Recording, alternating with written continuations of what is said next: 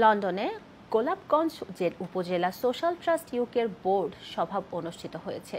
সভায় সংগঠনের নির্বাচন ও দ্বিবার্ষিক সাধারণ সভা আগামী ২৭ জুলাই অনুষ্ঠিত হওয়ার সিদ্ধান্ত নেওয়া হয়। বিস্তারিত দেখুন চৌধুরী মুরাদের রিপোর্টে। গোলাপগঞ্জ উপজেলা সোশ্যাল ট্রাস্ট ইউকের বোর্ড অফ ম্যানেজমেন্ট কমিটির এক সভা মঙ্গলবার পূর্ব লন্ডনের একটি রেস্টুরেন্টে অনুষ্ঠিত হয়েছে।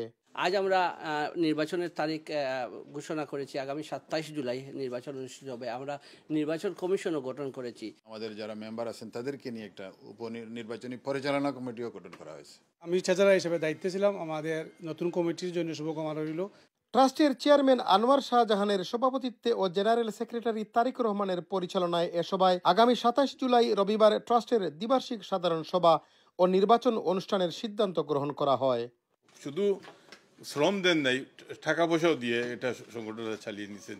অসংখ্য ধন্যবাদ। আমরা এই কমিটির সবাই অনেক কাজ করেছি। নতুন কমিটিকে আমরা ওয়েলকাম জানাই।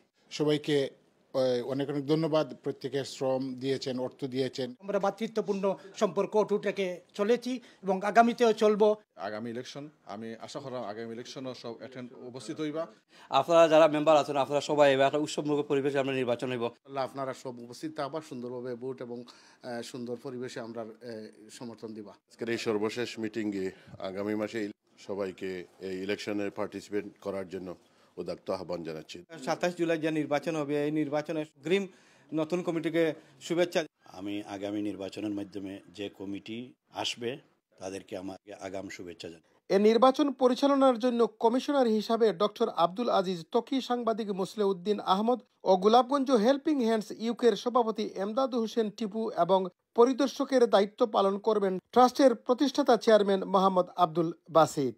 এ সভায় সংগঠনের সাধারণ সভাটি সফলভাবে আয়োজনের লক্ষ্যে মোহাম্মদ আব্দুল বাসিত, রায়হান উদ্দিন, হাবিবুর রহমান হাবিব, আমির হোসেন, মুহিবুল হক, নজরুল ইসলাম ও সাইফুল ইসলামকে নিয়ে একটি উপকমিটি গঠন করা হয়।